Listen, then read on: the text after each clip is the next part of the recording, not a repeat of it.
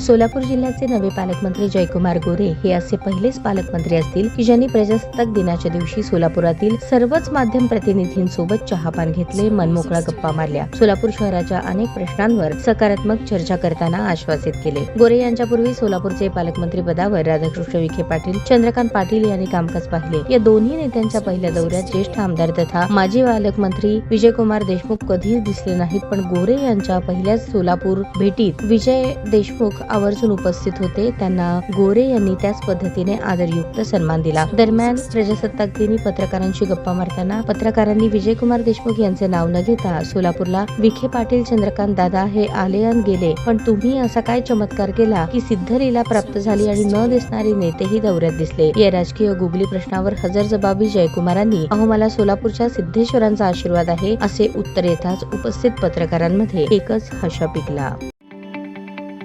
ताज्या बातम्या पाहण्यासाठी प्राईम महाराष्ट्र न्यूज चॅनलला सबस्क्राईब करा.